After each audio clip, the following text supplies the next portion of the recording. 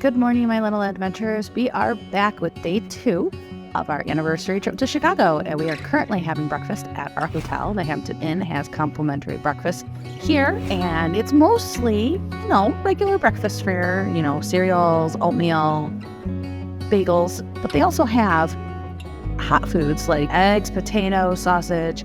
They have waffles. They actually have 2 waffle makers here. They have a big waffle and mini waffles. So that's kind of cool.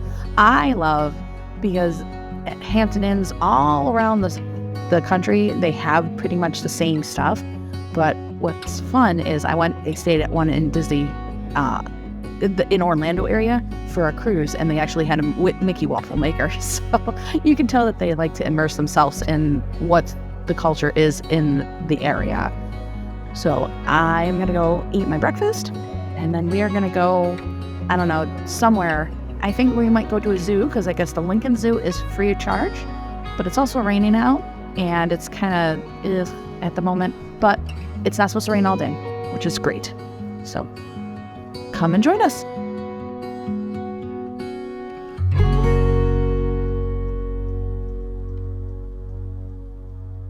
So here's our breakfast fare. I got some fruit. I love cantaloupe. We got the hot foods, and I got a bagel. And Sandy obviously opted for the waffle because he loves waffles. And what did you say to me? That you're the only kid? I'm the only kid here. And why is that? Obviously. Because the whipped cream wasn't open yet. As you can see, we put a ton of it on there. I opened whipped cream. You opened the whipped cream. Well, of course you have a whipped cream on a Belgian waffle. I mean, why not, right? We don't have any fruit to put on it. Yeah, that's true. Just the sauce, huh? Just sauces. Well, it's better than nothing. Yeah. They have peanut butter you can put on it. Cool. All right, now starts our fun drive into the city. Yes! It's going to be interesting because apparently it says it's going to take us 42 minutes to go 24 miles. So you can guess how the traffic is right now. So, wish us luck.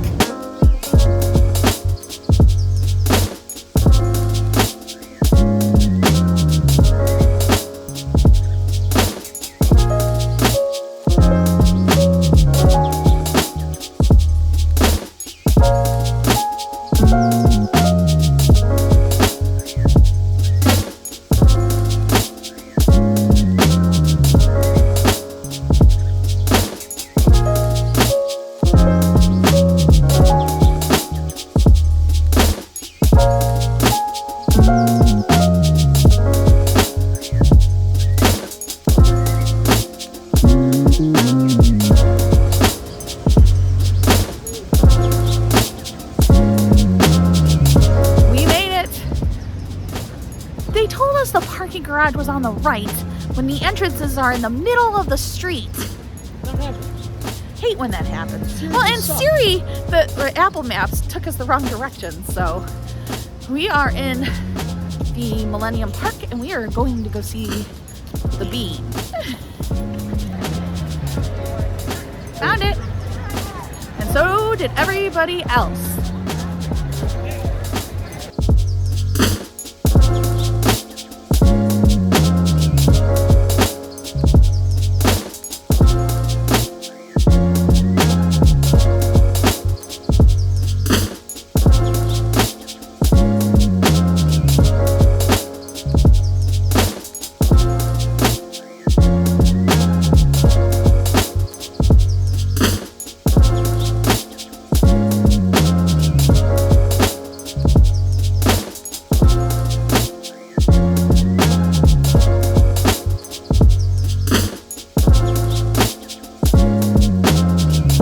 Found out that the reason why it's been so hazy here, not only in Chicago, but a good portion of the upper United States, is because of all of the fires going on in Canada.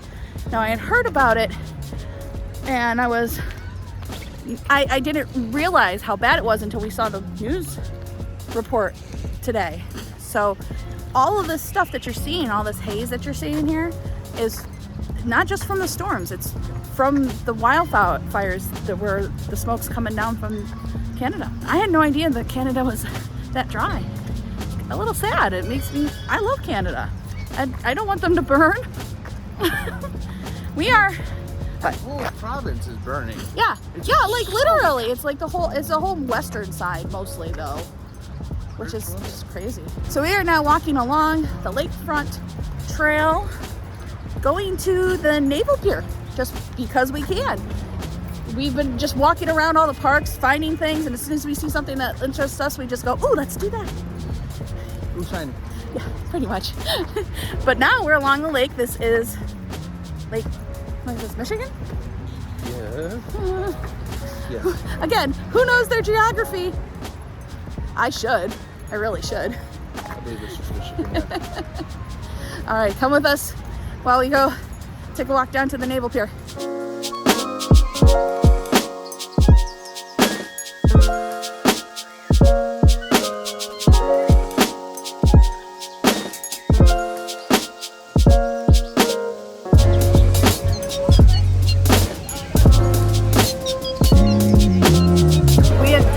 From our plan a little bit. We are currently hanging out inside what looks like a little marketplace for the Navy Pier. We're getting a snack, and then we are going on a sightseeing tour. It's an architect tour along the river here in Chicago. So I'm super excited about this because we don't usually do like random like, oh, let's go do this, you know, for tours and stuff. I would have done the fireboat, but yeah. we didn't have time. Yeah, no, the fireboat, we were going to do the fireboat tour, but it left at 3 and the baseball game's at 7:10, so it's going to be fun either way.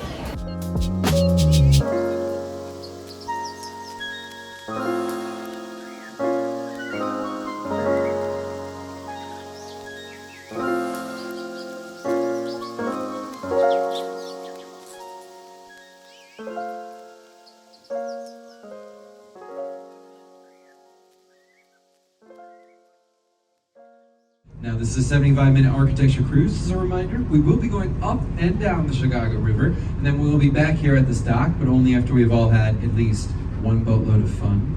And that's what we're going to do here on the river today. Oh yeah. Thank you for the polite laughter. There will be better jokes later on. Woohoo!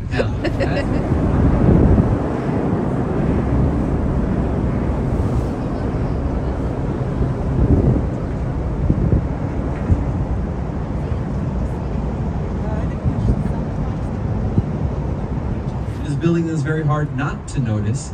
It's very tall. It is the newest addition to our skyline. Those 3 wavy blue buildings that connect together, they make up the one St. Regis. The St. Regis is a brand new building. It just debuted a couple of years ago. Wow. It comes to us from a local Chicago architect named Jeannie Gang.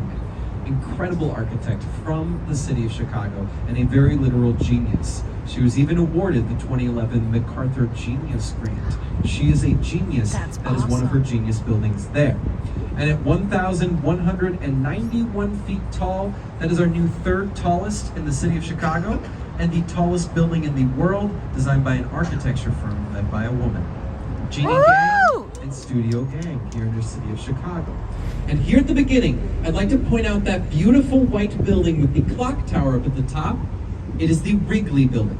The Wrigley Building was built in 1921 and 24. 250,000 glazed terracotta tiles coat the outside of that structure, 6 different shades of white and cream. A beautiful building, been here in our city center for 100 years now. It is a style of architecture, the first style we're going to learn, called Spanish Revival. So in the early 1900s, they began to design and develop this downtown area in Chicago for the first time. Now, this is still a very young country, a country that took its sense of beauty from Europe for a long time. It would take designs they saw in Europe, reuse them here in the States. See that clock tower at the top of the building? The design for that tower comes from the Giralda Tower, which is on a cathedral in Sevilla, Spain. It is called Spanish Revival because it is copying and pasting a design you've already seen from the other side of the pond. These 2 circular towers here are the Marina City Towers, finished in 1968, designed by Bertrand Goldberg. I know that name too. Goldberg, as an architect, is a little different from the rest we're going to talk about in our tour. He considered himself primarily a social scientist, not an architect. He's working on architecture as a way to go about his social science experiments. So, back in the 60s, I want you to know it was fairly uncommon for Chicagoans to live in our city center. Goldberg wanted to change that.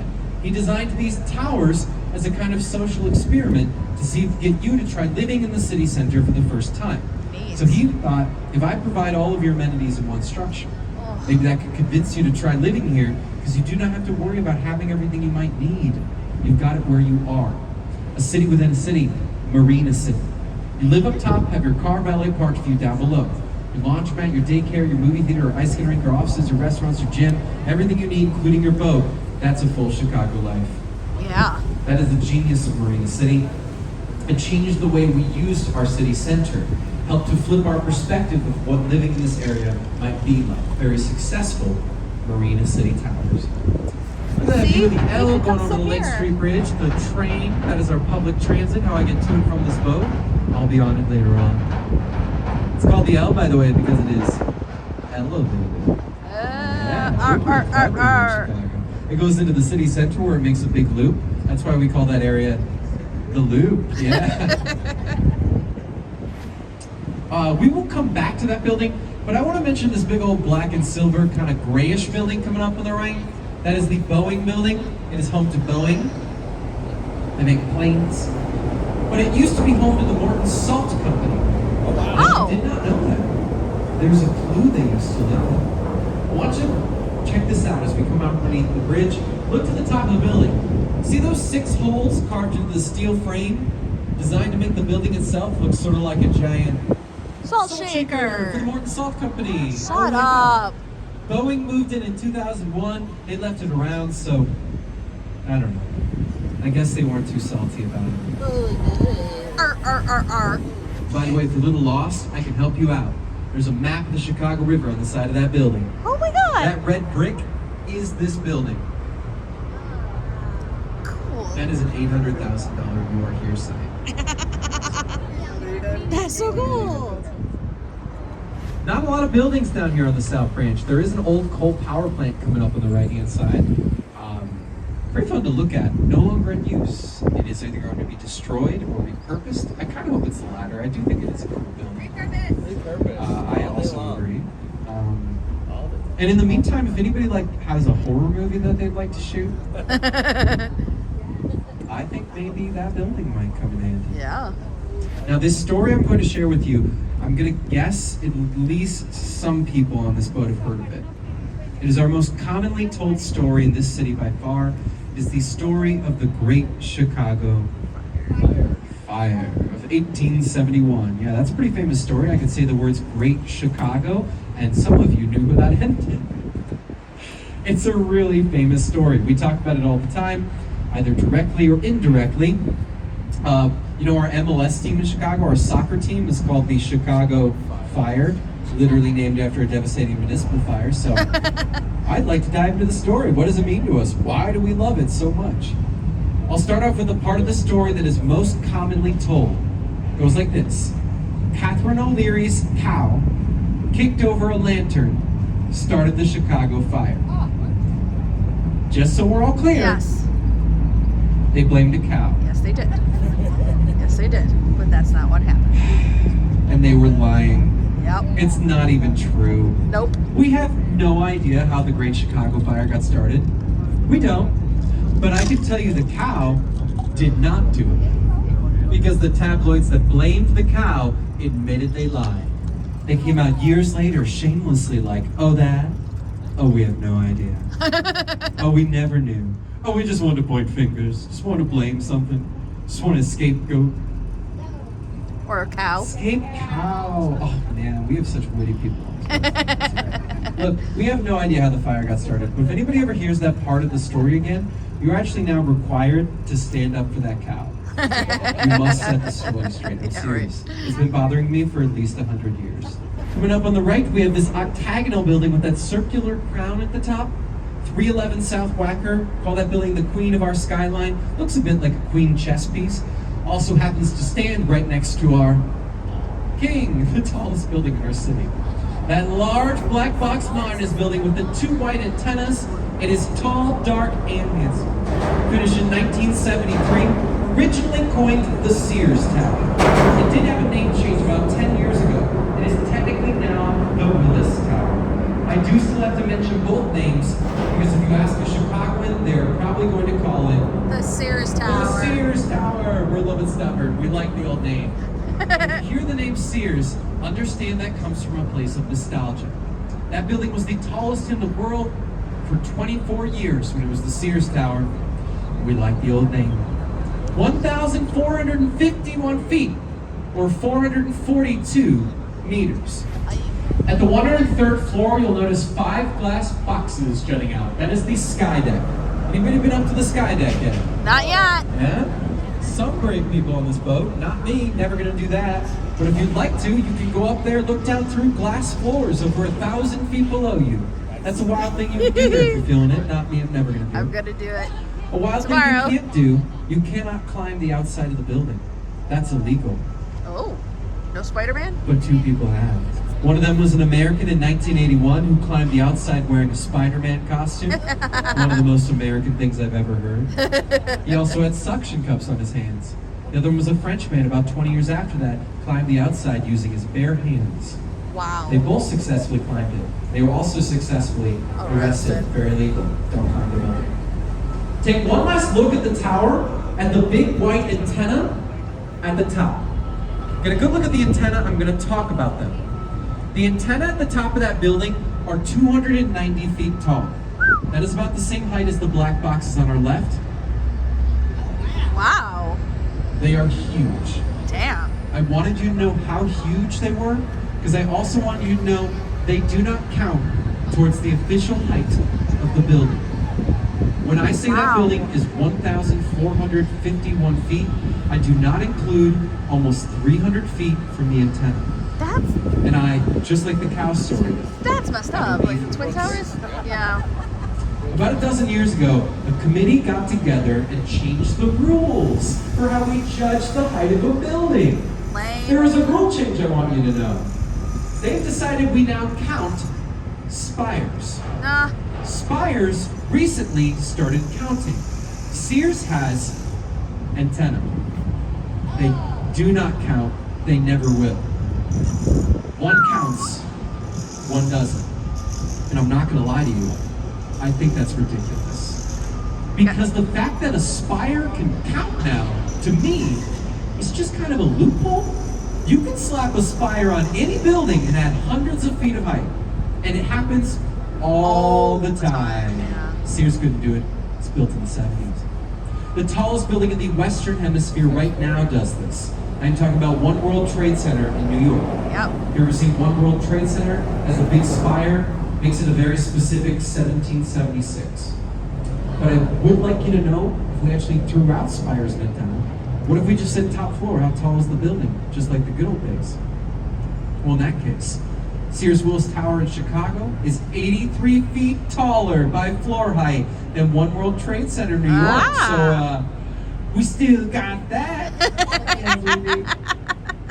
But I would like you to know that the Burj Khalifa in Dubai, the lead architect on it was a man named Adrian Smith. He is an architect who comes from the great city of No way. Chicago. So we still got that too. Yes, we do. All right. I also wanted to point out this building on our right, that curvy building, the blue and green glass, was the Nuveen building. Sorry, it's a little behind us now. I just wanted to mention, there's a scene in one of my all-time favorite movies of that building, Ferris Bueller's Day Off. Oh. Ferris Bueller's dad worked in that building. Oh. Watch the parade on Dearborn Street from there. Twist and shout, everybody. Twist and shout, indeed. I didn't get to mention these last time, but you see these lovely Pez dispenser heads on the outside of the building. These statues, these heads facing away from us. Those guys are called merchant princes, which is a really fancy name for people who got really rich in Chicago. People like Marshall Fields, F.W. Woolworth, and Aaron Montgomery Ward. Primarily department stores, retail catalogs. We had a lot of those in the city of Chicago because we were the center of trade. If you had a department store, you wanted to be located here so you could ship your stuff around the country, make a lot of money, and have your head memorialized on the side of our rivers. That's how you become a merchant prince. So we're having lunch here, which just happens to be on the river. Really cool. After our river tour, we actually saw this place on the river tour, so I'm like, I think we need to find it. And we are having burgers and fries, which we've already demolished, and they were really good. Like, it's still kind of a fast food place. Smash burger. Yeah, like a smash burger place, but it's good. Like, I don't know what that cheese is, but it's just awesome. Except paper straws. Oh, paper straws. Oh, and they have Pepsi. Ugh. Okay. But at least they have Mountain Dew. For you. So we have come full circle. We are back at Millennium Park. And we're just chilling for now. And in about an hour, we're going to head on down to the ball game, get a parking spot, and I don't know if we're going to tailgate or not, but I guess all the parking lots open up 2 hours before the game. I don't know if the game starts at 7:10. We're going to see the White Sox play the Kansas City Royals. I do not care for either of those teams. It doesn't bother me, but we are, like I said yesterday, I am trying to mark off all of the baseball stadiums off a list because baseball is just better in the stadium. It's boring on TV. And the rules are you have to go to a game. You don't have to stay for the whole game. No, you just have to have go. a hot dog. Yes, you have to have a hot dog. And so that's what we're going to do. But what we also do when we're there, we get a hat, we get a t-shirt, a shot glass, and a magnet. So we have this whole thing down. We've done it 3 times already. But my goal is to get to all of the baseball stadiums because baseball is just really cool at the stadiums. And some of these places do really good shows. Like when we went to the Philadelphia Phillies game, they do a really good show. That was nice. So we'll see what the White Sox have to do.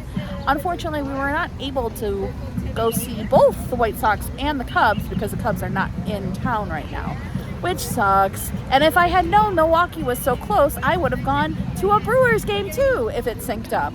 But it is what it is, and we're going to White Sox, so I can at least check that off my list. Maybe next time we come out this way, we go to Cubs and Brewers, because, 1-2, right there. Milwaukee's only an hour and a half away from where we are right now, and I did not realize that. More planning to do for next time. Right now, we're just sitting down at the park, chilling. There's a really cool, in the Millennium Park. And there's a fountain. We're just kind of relaxing for a little bit. But there was a Nutella cafe. So we got my mom a mug, which is a Chicago mug. So exciting. That's exciting. Because she's gonna love it.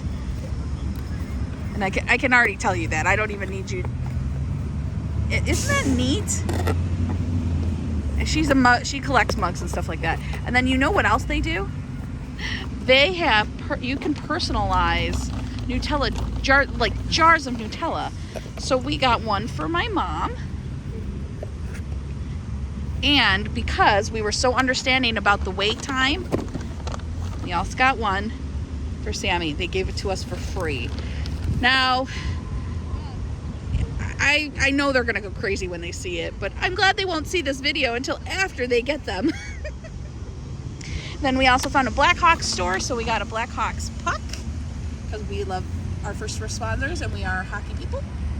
And then we also found Fannie Mae. So we got some chocolates.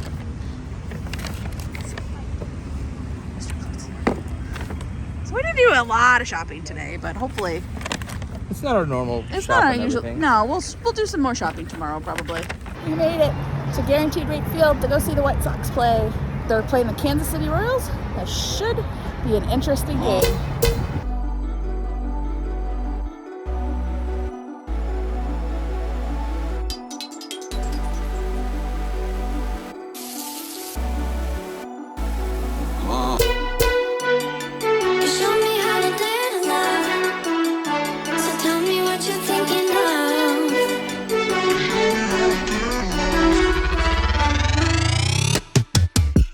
So we made it to the baseball. We made it to the. Can't talk. We made it to the stadium. We got merch. We are sitting in our seats, which actually isn't a bad view. We're behind the third baseline, which is weird because we're usually first baseline. But I guess it just depends on where we get the good seats and what stadium it is. So let's go White Sox.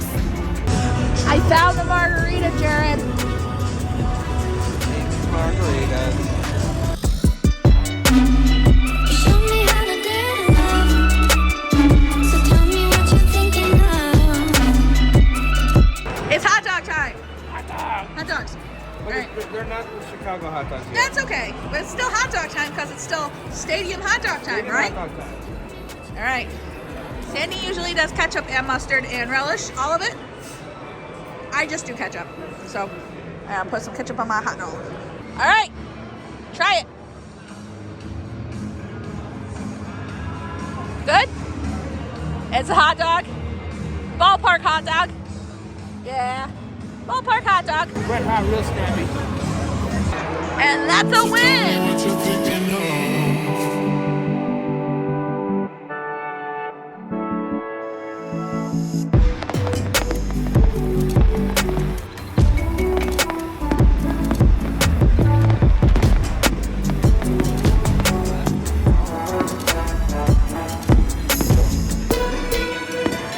Show me how to dance.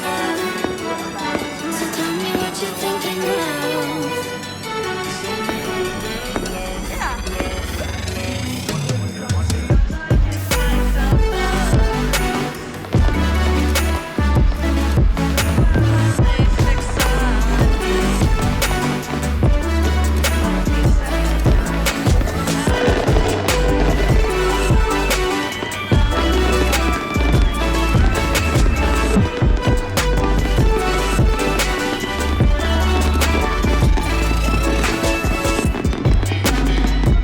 me how to dance. So tell me what you're thinking of.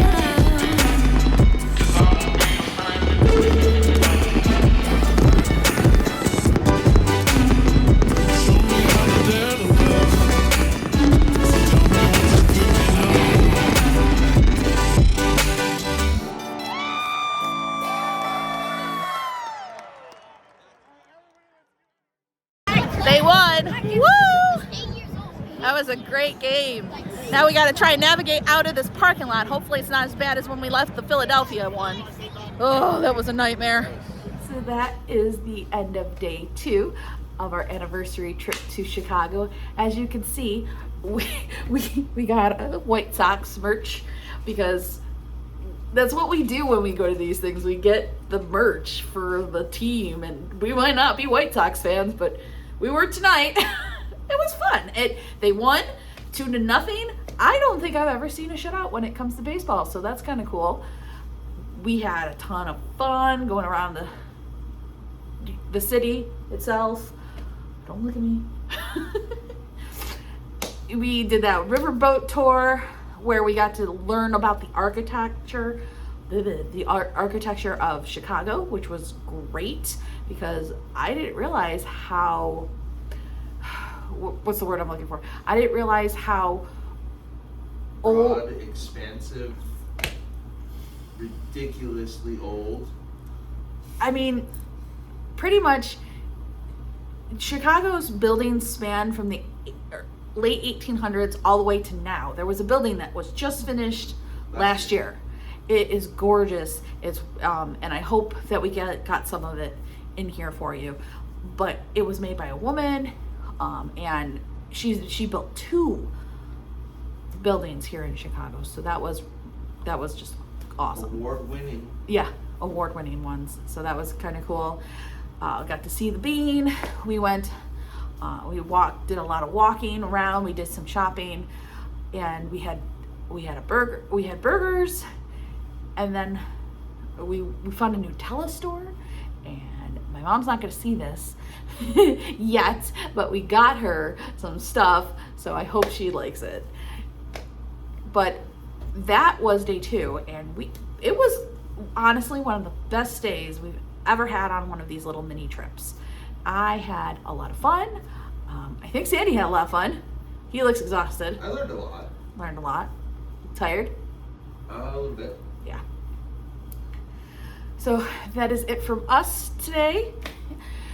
If you enjoyed this video, make sure you hit subscribe, like the video, and remember, life is short. Go have your own little adventure. Bye for now.